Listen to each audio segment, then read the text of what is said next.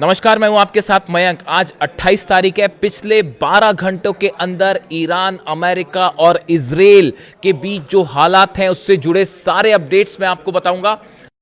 इस वक्त की सबसे बड़ी खबर है, ईरान और अमेरिका के बीच एक बार फिर भयानक जंग शुरू हो चुकी है और ईरान ने अब 3 अरब देशों पर निशाना साध दिया है। अरब देशों पर मिसाइल्स और ड्रोन से हमले शुरू कर दिए। देखिए, लगातार दूसरे दिन अमेरिका ने ईरान पर हमले किए हैं। ये हमले 3 आइलैंड्स पर हुए हैं, 3 ठिकानों पर हुए हैं। सिरिक आइलैंड, केशम आइलैंड और बंदर लेंगा जो शहर है, यहां पर ये हमले किए गए। 10 मिलिट्री साइट्स को, ईरान की 10 मिलिट्री साइट्स को जो है वो निशाना बनाया गया है। और खास तौर पर ये जो हमले थे ये केशम और सिरिक आइलैंड पर किए गए। और अमेरिका के फाइटर जेट्स F-35 जेट से ये हमले किए गए हैं। बताया जा रहा है कि जो एयरक्राफ्ट कैरियर्स खड़े हैं अमेरिका के, वहां से इन जहाजों ने टेक ऑफ किया और भारी बमबारी की गई है ईरान के इन द्वीपों के ऊपर। उसके बाद हालात ये है कि ईरान ने जबरदस्त पलटवार शुरू कर दिया है। बहरीन में, कुवैत में, इराक में इस समय हमले जारी हैं। सबसे बड़े हमले बहरीन और कुवैत में हुए हैं। कुवैत में अली अल सलेम एयर बेस पर ईरान ने खैबर मिसाइल से बड़ा अटैक किया है और बड़े नुकसान की खबरें आ रही हैं। अमेरिका के बेस को एक बार फिर ईरान ने दहला दिया है और बड़ा नुकसान हुआ है। यहां पर इस तरह की खबरें आ रही हैं। देखिए, अली अल सलेम एयर बेस जो है कुवैत का, यहां पर बड़ी संख्या में अमेरिका के जेट्स मौजूद हैं, अमेरिका के सैनिक मौजूद हैं और इसे निशाना बनाया गया। और एक बार फिर अमेरिका का पेट्रियट सिस्टम खैबर मिसाइल के सामने बुरी तरह से फेल साबित हुआ है। बताया जा रहा है कि कई ड्रोन्स भी लॉन्च कर दिए गए हैं कुवैत के ऊपर और कई जगह धमाके की खबरें भी आ रही हैं इस समय कुवैत पर, यानी कुवैत पर बड़ा हमला कर दिया है ईरान ने। इसी के साथ जो है बहरीन में पोर्ट सलमान बेस है, मनामा में, बहरीन की राजधानी में, जहां पर अमेरिका का अड्डा है। खास तौर पर फिफ्थ फ्लीट जो है नेवी की, जिसको पहले भी कई बार ईरान ने निशाना बनाया है। और अब एक बार फिर बहरीन में लगातार दूसरे दिन ईरान की तरफ से बड़े मिसाइल अटैक शुरू हो गए हैं। देखिए, कल जो है वो बहरीन पे जो हमले किए गए वो मुख्य रूप से ड्रोन स्ट्राइक्स थी। जो कल हमले किए थे ईरान ने, उसमें शायद 136 ड्रोन्स का इस्तेमाल किया गया था और ड्रोन अटैक किए गए थे। लेकिन अब जो है वो बहरीन पर बड़ा मिसाइल अटैक कर दिया है ईरान ने। खैबर मिसाइलें बरसा दी हैं फिफ्थ फ्लीट अमेरिका के हेडक्वार्टर पर। यहां पे भी कई जगह से धुआं उठता दिखाई दे रहा है और बड़े नुकसान की खबर आ रही है। इसी तरह से इराक में वो ग्रुप जो कि ईरान के खिलाफ है, उनके ऊपर भी लगातार हमले जारी हैं ईरान की तरफ से। देखिए, हालात ये हैं कि पूरे दुबई में, अबू धाबी में, सऊदी में, कतर में, सब जगह अलर्ट कर दिया गया है कि कभी भी ईरान की तरफ से इन देशों पर भी बड़े हमले हो सकते हैं। अब ये एमओयू को जो साइन हुआ था अमेरिका और ईरान के बीच में, इसको लगभग लगभग रद्द माना जा रहा है, कैंसिल माना जा रहा है। और जो हालात हैं वो एक बार फिर जंगी हो चुके हैं और ईरान की सेना भयंकर गुस्से में है। देखिए, ईरान ने ये कह दिया है कि ये उकसावे की कार्रवाई, जिस तरह से हमले किए गए, उसका बड़ा बदला लिया जाएगा और डोनाल्ड ट्रंप को और अरब देशों में जहां भी अमेरिका के बेसिस हैं, उन सब देशों में हमले किए जाएंगे और कड़ा सबक सिखाया जाएगा। देखिए, ये मामला जो है, हालात कैसे बिगड़े। पहले ईरान की तरफ से ये बात कही गई कि एक जहाज हमने देखा था जो क्रॉस करने की कोशिश कर रहा था, सिंगापुर का जहाज था, उसने बिना ईरान की सेना के परमिशन के एक नए रूट का इस्तेमाल करते हुए हॉर्मुज को पार करने की कोशिश की, तो ईरान ने उस पर हमला किया। ये पहला जहाज था जो अभी ये नए दौर का विवाद हुआ इसमें हमले को लेकर। और कल फिर ईरान की तरफ से एक जहाज को निशाना बनाया गया है जो कि उसी नए रूट से निकलने की कोशिश कर रहा था। और इसको ईरान की तरफ से जो है वो वार्निंग दी गई कि इस जहाज को रोकने के लिए कहा गया, लेकिन ये जहाज नहीं रुका। इस पे पनामा का फ्लैग लगा हुआ था, पनामा फ्लैग शिप था, एमटी कीकू इसका नाम बताया जा रहा है, और इसमें 2 मिलियन बैरल ऑयल था, 2 मिलियन बैरल ऑयल भी इस पे था। ईरान की तरफ से इसे रोकने की बात कही गई, वार्निंग्स दी गई, लेकिन जहाज नहीं रुका तो ईरान ने हमले कर दिए। देखिए दरअसल अब ये पूरी जंग जो है वो हॉर्मूज पर कंट्रोल को लेकर शुरू हो गई है। एमओयू जो साइन हुआ है उसके मुताबिक हॉर्मूज से जो जहाज निकलेंगे वो पूरी तरह से ईरान की देख रेख में निकलेंगे।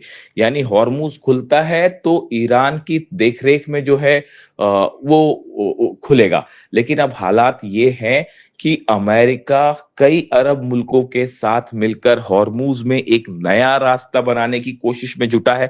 वो पूरी तरह से ईरान को बाईपास करके यहां से जहाज निकालना चाहता है। ये एक बड़ी साजिश बताई जा रही है अमेरिका की कुछ अरब देशों के साथ मिलकर हॉर्मूज में, ऐसा ईरान का कहना है। ईरान ने साफ कर दिया है कि हॉर्मूज ईरान का था, ईरान का है और ईरान का रहेगा, और यहां पर किसी तरह की साजिश होगी तो उसका जवाब खैबर मिसाइलों से दिया जाएगा, उसका जवाब ड्रोन से दिया जाएगा। और हॉर्मूज में एक बार फिर ईरान की तरफ से जो हमले हुए हैं उसने ये साबित कर दिया है कि अमेरिका चाहे लाख कोशिश करे, किसी भी अरब देश के साथ मिलकर कोई कोशिश कर ले हॉर्मूज पर कंट्रोल करने की, लेकिन हकीकत यह है कि हॉर्मूज में ईरान की परमिशन के बिना परिंदा भी पर नहीं मार सकता। और पिछले 2 दिन से ये हमले हो रहे हैं, ये बात एक बार फिर बता रहे हैं कि अमेरिका को मुंह की खानी पड़ेगी हॉर्मूज में।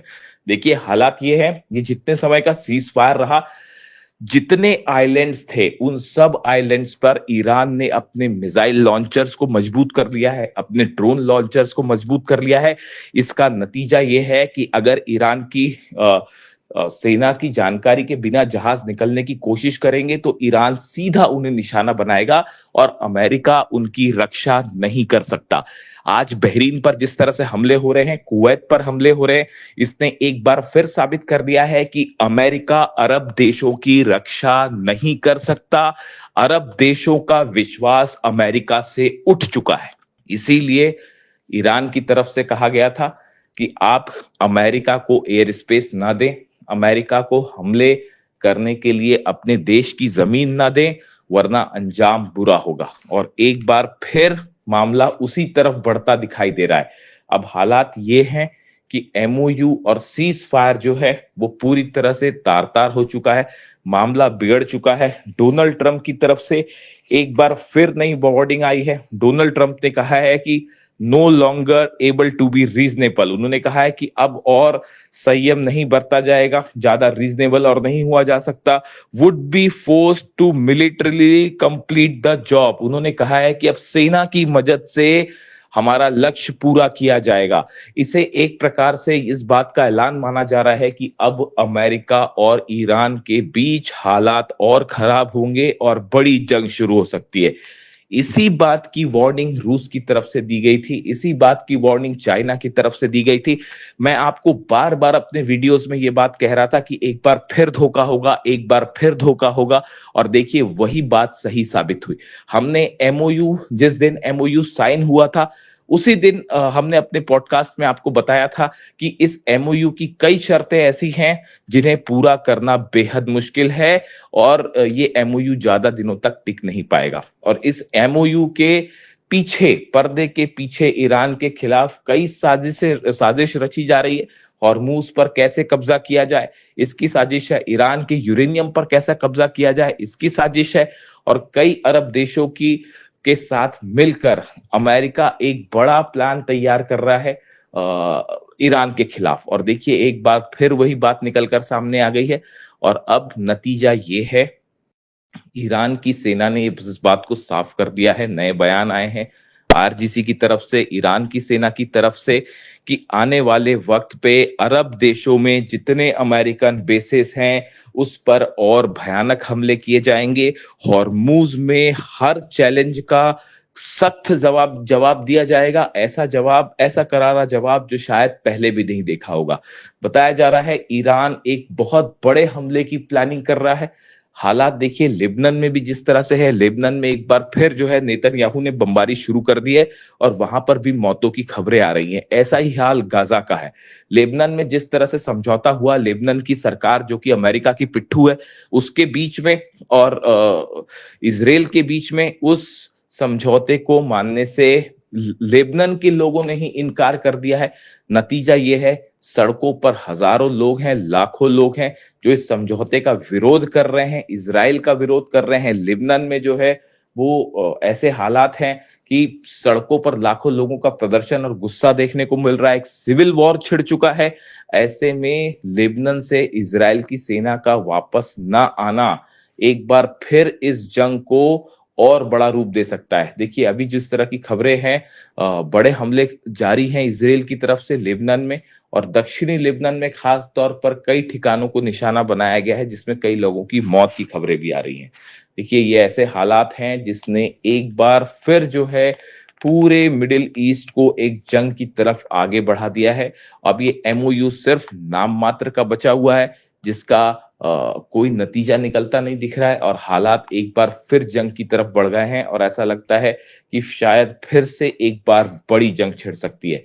लेकिन फिलहाल जो हालात हैं, अरब देशों पर ईरान की बड़ी स्ट्राइक्स शुरू हो चुकी है। देखिए कल जब अमेरिका की तरफ से पहले स्ट्राइक की गई ईरान के ऊपर, और उसके बाद जब ईरान ने जवाब दिया, ईरान की सेना ने जब जवाब दिया और बहरीन पर हमले किए, उसके बाद आईआरजीसी की तरफ से एक बयान रिलीज किया गया और उस बयान में कुरान की एक पंक्ति का जिक्र है, और ये बिल्कुल वही संदेश है जो अली खामेनी साहब ने अपनी शहादत के चंद दिनों पहले सोशल मीडिया पर पोस्ट किया था। देखिए मैं अक्सर इसका जिक्र करता हूँ। मैं अली खामेनी साहब के जितने संदेश थे मैंने सब उनको फॉलो किए। उनकी शहादत के पहले जितने उनके वीडियोस थे मैं उनको फॉलो करता था। आखिरी जब उन पर हमला हुआ उसके चंद दिनों पहले उन्होंने अपने सोशल मीडिया पर एक पोस्ट उनके हवाले से किया गया था जिसमें कुरान की कुछ पंक्तियों का जिक्र था, जिसमें ये लिखा गया था कि अगर कोई आप पर हमला करता है तो उसको बिल्कुल उसी के अंदाज में जवाब दीजिए। ये बात अली खामेनी साहब ने पोस्ट की थी, और ये अमेरिका और इजराइल के रेफरेंस में उन्होंने पोस्ट की थी कुरान की पंक्तियों का, आयतों का जिक्र करते हुए। यानी देखिए अली खामेनी साहब ने जो बात कही, बिल्कुल उन्हीं पंक्तियों का इस्तेमाल अब ईरान की सेना ने भी किया है, और आईआरजीसी ने भी इन्हीं पंक्तियों को पोस्ट किया और ये कहा कि अगर कोई आप पर हमला करता है तो उसको उसी की भाषा में जवाब दिया जाना चाहिए। और ये रेफरेंस था अमेरिका के हमलों का, जिस तरह से अमेरिका ने हमले किए, और बिल्कुल अली खामेनी साहब ने जो रास्ता दिखाया उसी पर चलते हुए ईरान की सेना ने एक बार फिर अमेरिका के बेसिस पर जबरदस्त अटैक किया। मैं इसीलिए अक्सर कई बात ये कहता हूं कि अली खामेनी साहब हमारे बीच में नहीं है, लेकिन उन्होंने अपनी सेना के लिए एक ऐसा विजन छोड़ दिया है, ईरान की जनता के लिए, ईरान के 9 करोड़ लोगों के लिए वो विजन छोड़ दिया है जिससे कभी ना अमेरिका और ना इजराइल, ना ही कोई और मुल्क कभी ईरान को नहीं हरा सकता। हराने की बात तो छोड़िए, आज ईरान सब पर अकेला भारी पड़ रहा है, चाहे वो अरब देश हो, चाहे अमेरिका की फोर्सेस हो, चाहे नेतन्याहू की फोर्सेस हो। और इसके पीछे यही विजन है, यही प्लानिंग है, यही दूरदृष्टि है जो अली खामेनी साहब ने अपनी सेना को विजन दिया। इसीलिए मैं कहता हूं कि वो न सिर्फ एक अच्छे सुप्रीम लीडर बल्कि बेहतरीन मिलिट्री कमांडर भी थे। और ये ही उसका, ये जो कल ईरान की सेना ने जिस तरह से स्ट्राइक किया और वो मिसाइल्स रुक नहीं पाई, ड्रोन्स रुक नहीं पाए, और जिस अंदाज में हमला किया, ये एग्रेसिव जेस्चर बताता है कि अली खामेनी साहब ने जो है वो ईरान की जीत सुनिश्चित कर दी है।